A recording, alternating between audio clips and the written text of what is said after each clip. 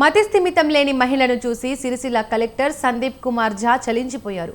సిరిసిల్ల జిల్లా ఎల్లారెడ్డిపేట నుండి మర్రిమండలం మార్గం, నర్మల నుండి కోళ్లమద్ది, మస్తాబాద్ నుంచి రాజక్కపేట, గంభీరావుపేట మండలంలోని లింగన్నపేట మార్గంలోని బ్రిడ్జి నిర్మాణ ప్రదేశాన్ని కలెక్టర్ పరిశీలించారు. ఈ క్రమంలో ముస్తాబాద్ గ్రామ పంచాయతీ సమీపంలో ఓ మతిస్థిమితం లేని మహిళను చూసి కలెక్టర్ తన వాహనాన్ని నిలిపి ఆమె వివరాలను స్థానికులను అడిగి తెలుసుకున్నారు.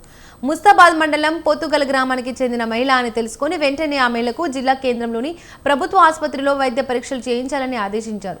అనంతరం తంగళ్లపల్లి మండలం మండేపల్లిలోని ఆశ్రమానికి తరలించి సంరక్షణ చర్యలు చేపట్టాలని జిల్లా సంక్షేమ అధికారిని కలెక్టర్ సూచించారు. దీంతో ఆ మతిస్థిమితం లేని మహిళను సఖీ వాహనంలో సిరిసిల్లకు తరలించి వైద్య పరీక్షలు నిర్వహించి మండేపల్లిలోని వృద్ధాశ్రమానికి తరలించారు.